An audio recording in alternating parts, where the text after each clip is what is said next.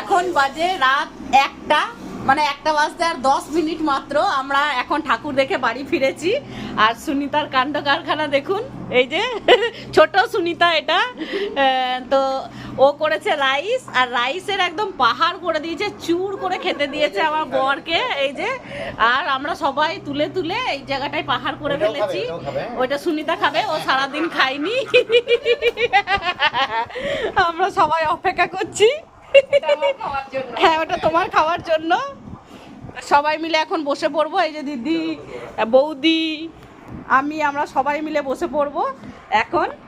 Fried rice আর chicken, এটা কি? ওরে বাপ রে, চিকেন কষা।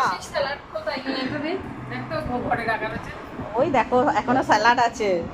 তো যাই হোক, ওর জামাই বাবুকে মনোপুত করে খাওয়াচ্ছে, একদম চুর করে দিয়েছে।